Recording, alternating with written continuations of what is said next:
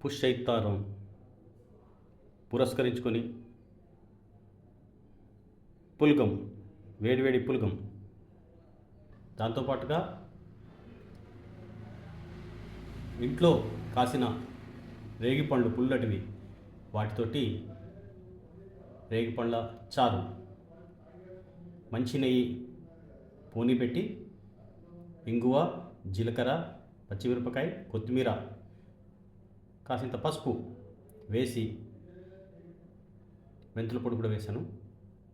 ఈ రకంగా రేగిపళ్ళ చారు. ముఖ్యంగా పుష్యైతారం అంటే పుష్య ఆదివారం, పుష్యమాసంలో ఆదివారం, ఎన్ని ఆదివారాలు వస్తే అన్ని ఆదివారాలు ఈ రకంగా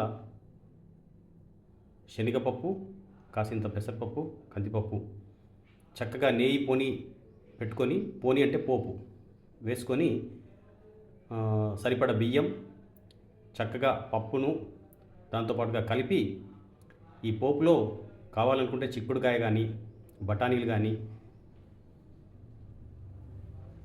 అనపకాయలు కానీ, అనప గింజలు ఈ రకంగా వేసుకొని పోపులో, ఆ తర్వాత తగినంత నీరు పోసి, ఆ నీరు ఉడుకుపడుతున్న సమయంలో ఈ కడుక్కున్న బియ్యం అందులో వేయాలి.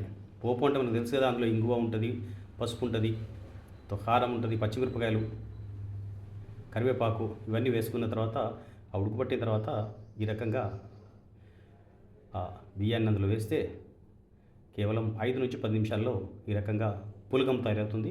ఈ పులగాన్ని ఒక బ్రహ్మచారిని పిలిచి అతనికి దక్షిణ సమర్పించి, పంట వచ్చిన కొత్త పంటతో ఈ రకంగా తయారు చేసి సమర్పించడం తెలంగాణలో ఒక గొప్ప ఆనవాయితీ.